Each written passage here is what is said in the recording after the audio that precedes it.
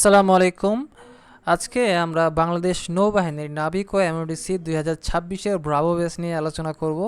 আমি তোমাদের সাথে আছি বাংলাদেশ নৌবাহিনীর সাবেক নৌ সদস্য, এবং তোমাদেরকে আজকে আমরা যা জানাবো তোমরা হয়তো ইউটিউবে সারাদিন খুঁজেও পাবা না। আমাদের মতো তোমাদেরকে তথ্য কেউ দিবে না, যার কারণে আমি মনে করি যে এই ভিডিওটা দেওয়াটা খুব প্রয়োজন।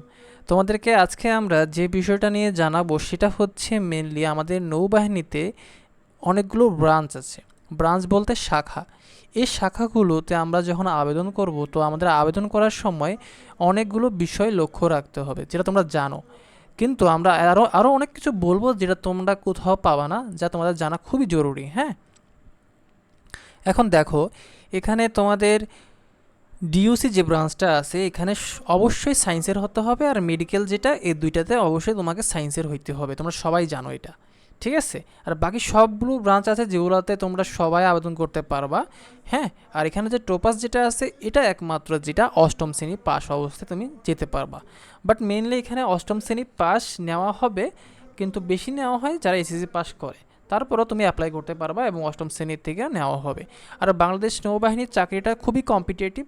মনে করো যার জিপিএ একটু ভালো, রেজাল্ট ভালো, মানে বিশেষ করে তোমার শিক্ষাগত যোগ্যতা, মানে যার রেজাল্ট একটু ভালো, সে একটু এগিয়ে থাকবে। আর তোমার যে জিপিএ কম তাই বলে তুমি পিছিয়ে থাকবে তা কিন্তু না। তোমার যে রিটেন এক্সাম হবে, সেই রিটেন এক্সামটা যদি তুমি ভালো করো, তোমার জিপিও কখনো ম্যাটার করবে না। মেনলি হচ্ছে তোমার রিটেন এক্সামটা। অ্যান্ড ফিজিক্যাল তো অবশ্যই আছে। তো আমরা আজকের ভিডিওতে ফিজিক্যাল বা এইসব নিয়ে তো আলোচনা করার সময় নেই, আমরা এগুলো পরে আলোচনা করতে পারবো। কিন্তু আজকে আমরা এখানে যে পদগুলো আছে, পদগুলো নিয়ে খুবই জানা খুব জরুরি। হ্যাঁ, দেখো, এখানে আমাদের ডিইউসি শাখাতে সিমেন আছে, কমিউনিকেশন আছে এবং টেকনিক্যাল আছে। সিমেন, কমিউনিকেশন, টেকনিক্যাল। তোমরা কমিউনিকেশন জানো, যোগাযোগ, অর্থাৎ এখানে যোগাযোগ হবে অবশ্যই, তোমরা জানো। এই যোগাযোগটা কীরকম? এই যোগাযোগটা অনেক হিউজ একটা বিষয়, কারণ এখানে অনেক কিছু জানতে হয়। সো এই কমিউনিকেশন ব্রাঞ্চ তাদেরকে দেওয়া হবে যাদের নলেজ অনেক ভালো। তাই বলে যে নলেজ ভালো মানে খুব ভালো ব্রাঞ্চ হবে তা কি? এখানে কমিউনিকেশন ব্রাঞ্চ হচ্ছে তোমাদের একটা জাহাজ থেকে আর একটা জাহাজে যোগাযোগ করা, যার কারণে তোমাকে বেশিরভাগ সময় তোমার জাহাজে বদলি হবে এবং পোস্টিং হবে। এখানে যে সিমেন্ট ব্রাঞ্চটা আছে, এই সিমেন্ট ব্রাঞ্চ হচ্ছে তোমার অনেকগুলো ব্রাঞ্চের সমন্বয়ে গঠিত। তার মধ্যে তোমার আছে, দেখো, এই কানারি, পিটি, ঠিক আছে, কিউআরপি, তারপরে হচ্ছে তোমার সার্ভে। এগুলো মানে কি? এই ব্রাঞ্চগুলোর মানে হচ্ছে গানারি, মানে হচ্ছে যারা অস্ত্র নিয়ে কাজ করে, মানে অস্ত্র মেনলি, এবং প্যারেড করায়। পিটি যেটা বললাম, যারা পিটি করায়। তারপরে আরও অনেকগুলো ব্রাঞ্চ বললাম, তো সবগুলো ব্রাঞ্চেরই কিছু না কিছু কাজ থাকে। তোমরা হয়তো এখানে তিনটা দেখতেছো, বাট তোমরা যখন যাবা, যখন ভর্তি হবা, তোমাদের ব্রাঞ্চগুলো আরও অনেকগুলো ভাগে ভাগ করে দেওয়া হবে, ঠিক আছে? এখন তোমাদের যেটা জানার বিষয় যে আমরা কোন ব্রাঞ্চগুলোতে আবেদন করলে আমরা এগিয়ে থাকবো এবং চান্স খুব সহজে হবে। বাট তার আগে আমি বলে দেই তোমাদেরকে যে এখানে তুলনামূলক তোমার চান্স পাওয়ার, অর্থাৎ ইজি হয়, যারা বিজ্ঞান বিভাগে আছো তারা, এই যে দেখো সিমেন্ট, কমিউনিকেশন, ওরা এখানে আবেদন করলে তাদের চান্স পাওয়ার সম্ভাবনাটা বেশি থাকবে। কিন্তু তুলনামূলকভাবে এখানে যদি সব থেকে রিল্যাক্স যে ব্রাঞ্চগুলো, সেগুলো হচ্ছে কোনগুলো জানো? এই যে 300টা আসন আছে, এই 300 আসন বাদে বাকি সবগুলো আসন, অর্থাৎ regulating, writer, store, medical, cook, steward, topass, MODC, এই ব্রাঞ্চগুলোর মধ্যে সবগুলো না, কয়েকটা আছে একটু রিল্যাক্সে। তো আমার কাছে যেগুলো রিল্যাক্স মনে হয় সেটা হচ্ছে, সর্বপ্রথম হচ্ছে মেডিকেল।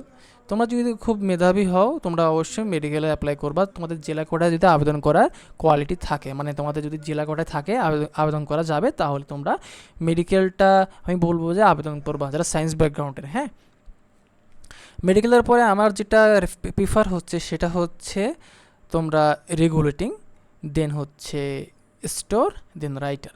যারা লম্বা আছো, খুব লম্বা, তারা রেগুলেটিংয়ে অ্যাপ্লাই করতে পারবা। রেগুলেটিং মানে কি জানো? যারা মনে করো পুলিশ, মেবি পুলিশ, তাদেরকে বলা হচ্ছে, ঠিক আছে?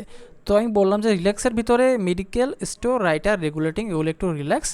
আর তারপরে সব থেকে একটু কষ্ট বেশি হচ্ছে ডিইউসিতে। এই ব্রাঞ্চে 300 জন, আর এখানে যেহেতু লোক বেশি নেওয়া হচ্ছে, তার বুঝতে পারতেছে এখানে তোমার চান্স পাওয়ার সম্ভাবনা বেশি। বাট এগুলোতে তোমার যেহেতু লোক কম নেওয়া হচ্ছে, তাহলে এগুলোতে চান্স পাওয়ার সম্ভাবনা একটু কমে যায়, ঠিক আছে? তোমার যদি চাকরি খুবই প্রয়োজন হয়, তোমার দরকার আমার চাকরিই লাগবে, তাহলে তুমি এই ডিইউসিতে অ্যাপ্লাই করতে পারবা, ঠিক আছে? তো এগুলোতে অ্যাপ্লাই করতে ডিউসি অবশ্যই সায়েন্স হতে হবে, আর বাকিগুলো সায়েন্স না হলে হয়। মেডিকেল কিন্তু সায়েন্স হওয়া লাগবে আবার, ঠিক আছে। এখন দেখো কাজগুলো একটু বলে দিই। রেগুলেটিং মানে হচ্ছে যারা পুলিশ, যাদেরকে নেভি পুলিশ বলা হয়। টেকনিক্যাল মানে কি জানো? যারা তোমার এই ইলেকট্রিক্যাল মানে কারেন্টের বিভিন্ন প্রশিক্ষণ নেয়, মানে ইলেকট্রিক্যাল ইঞ্জিনিয়ারিং বলে না ওগুলা, ঠিক আছে, বা রেডিও ইলেকট্রিক্যাল বলে, এই ধরনের টেকনিক্যাল সাইটে, বা মেকানিক্যাল ইঞ্জিনিয়ার, জাহাজের যারা ইঞ্জিনিয়ার মানে কাজগুলো করে। সো এই যে টেকনিক্যাল ব্রাঞ্চ হচ্ছে সেগুলো মেনলি হচ্ছে ইঞ্জিনিয়ারিং টাইপসের কাজগুলো। কমিউনিকেশন মানে যোগাযোগ, সিমেন্ট মানে তো বুঝতেছেই জাহাজের বিভিন্ন ধরনের কাজ আছে, সেগুলো সিমেন্ট ব্রাঞ্চ দ্বারাই করানো হয়। রেগুলেটিং মানে হচ্ছে নেভি পুলিশ, এদের বদলি বেশিরভাগ সময় ঘাঁটিতে হয়, খুবই কম জাহাজে যাওয়া হয়। রাইটারদেরও সেম, বেশিরভাগ সময় জাহাজে বদলি খুবই কম হয়, বেশিরভাগ সময় এরা ঘাঁটিতেই থাকে। স্টোর এরাও বেশিরভাগ সময় ঘাঁটিতেই থাকে, জাহাজে কম থাকা হয়। জাহাজে সবচেয়ে বেশি থাকে হচ্ছে ডিউসি ব্রাঞ্চরা, হ্যাঁ। আর এখানে যারা আছে মেডিকেল, এই মেডিকেল ব্রাঞ্চের লোকেরা এদের মতোই এরা ঘাঁটিতে বেশি থাকে, জাহাজে কম থাকে, ঠিক আছে। আর এই যে কুক, এদের জাহাজেও বেশি থাকা লাগে, ঘাঁটিতেও থাকা লাগে, মানে মিডল পর্যায়ে এদের কাজ হচ্ছে রান্না করা, হ্যাঁ। এখন এই যে রাইটারের কাজ কি? রাইটারের কাজ হচ্ছে চিঠিপত্রর মেনলি এদের কাজ চিঠিপত্র তৈরি করা, হ্যাঁ। স্টোরে হচ্ছে এরা তোমার আমাদের রেশন, কাপড়, আরও অনেক কিছু এরা কী করে, প্রোভাইড করে।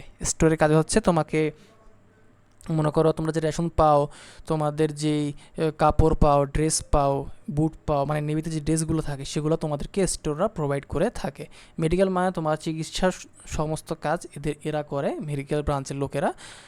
আর কুক হচ্ছে যারা, তারা হচ্ছে রান্নাবান্না করে। আর স্টুয়ার্ড মানে হচ্ছে যারা খাবার পরিবেশন করে অফিসারদেরকে, হ্যাঁ, খাবার পরিবেশনের কাজ করা হয়। আর টোপাস যেটা আছে, এদের কাজ হচ্ছে এরা মানে নৌবাহিনীর পরিষ্কার পরিচ্ছন্নতার মেনলি এদেরকে কাজ দেওয়া হয়, হ্যাঁ, টোপাস যারা আছে। আর এমওডিসি নৌ, এরা জাহাজে থাকে না, এরা একমাত্র জাহাজে থাকবে না।